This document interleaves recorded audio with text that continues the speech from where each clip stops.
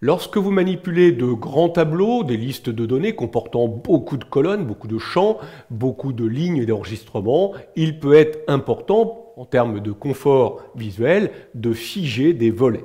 Effectivement, regardez ici sur cette liste de 20, si je me déplace sur la droite pour aller voir les dernières colonnes de la liste, prix, quantité, chiffre d'affaires, je ne sais plus à quoi correspondent ces quantités ou à ces prix, puisqu'il faut que je revienne sur les colonnes élevées pour me rendre compte qu'il s'agit d'un vin de Champagne, par exemple, ou d'un vin de Beaujolais. C'est pareil si je descends avec mon petit ascenseur vers le bas. Je retrouve ici un certain nombre de valeurs, mais je ne sais plus à quoi correspond, par exemple ici le 48 ou le 39. Il faudrait que je remonte tout à fait en haut pour repérer l'intitulé de colonne. Voilà ce qui va être intéressant ici, ça va être de garder toujours à l'écran un certain nombre de colonnes ou de lignes. C'est cela qu'on appelle figer les volets. Par exemple ici, j'aimerais conserver toujours les colonnes A, B et C. Ça me donne des indications importantes comme le numéro d'article, la région et le nom du vin. Et garder toujours la ligne 1. Ainsi, si je me déplace à droite, je garderai toujours les 3 premières colonnes. Et si je me déplace vers le bas, je garderai toujours la ligne 1. Donc, qu'est-ce que je fais? Je me place en D2. C'est très important. C'est cette partie-là qui est la plus importante, se placer au bon endroit avant de demander de figer les volets. Donc en se plaçant en D2, lui il va comprendre que l'on veut conserver les colonnes ABC et que l'on veut conserver la ligne 1. Donc maintenant que je me suis placé ici en D2, je vais dans l'onglet Affichage et regardez dans l'affichage ici, je vais retrouver le bouton Figer les volets.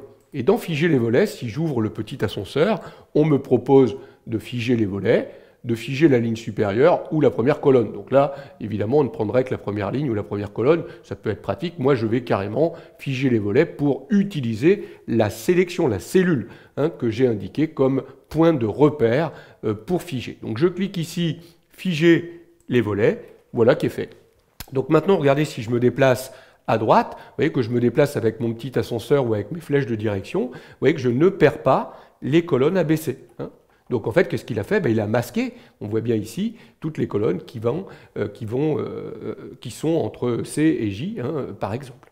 Et quand je me déplace vers le bas, vous voyez qu'il garde toujours la ligne 1. Donc vous voyez, l'importance, c'est vraiment de se placer au bon endroit. Par exemple, dans ma liste de salariés, il pourrait être important que je garde que le nom d'employé finalement. Donc je vais, et la ligne 1, donc je vais me placer en B2 et je vais dans Affichage, dans Figer les volets, lui demander de figer les volets. Voilà, c'est fait. Maintenant, je peux me déplacer à droite, je ne perds pas la colonne employée. Je peux me déplacer vers le bas, je ne perds pas la ligne 1.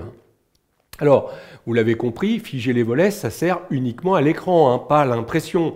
Je vous rappelle que si vous vouliez faire la même chose à l'impression, vous utiliseriez dans l'onglet mise en page le bouton imprimer les titres pour que certains en-têtes de lignes et de colonnes soient répétés sur toutes les pages. Là, ce n'est pas ce que je souhaite.